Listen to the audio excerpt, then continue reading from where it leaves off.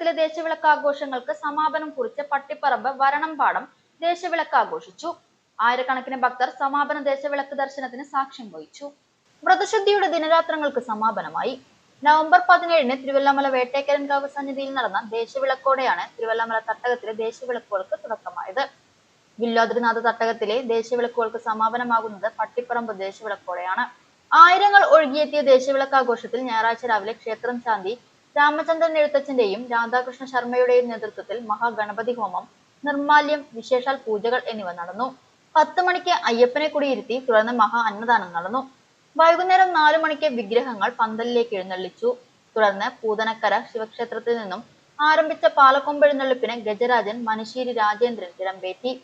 വെള്ളക്കുഴി ഷൺമുഖന്റെ വാദ്യ സംവിധാനത്തിൽ പഞ്ചവാദ്യവും അമ്പലപ്പാറ ദാസനും സംഘവും അവതരിപ്പിച്ച ഉടുക്കുവാദ്യവും കുമ്മിയടിയും പൂത്താലവും ഭജനയും എഴുന്നള്ളിപ്പിന് മാറ്റുകൂട്ടി.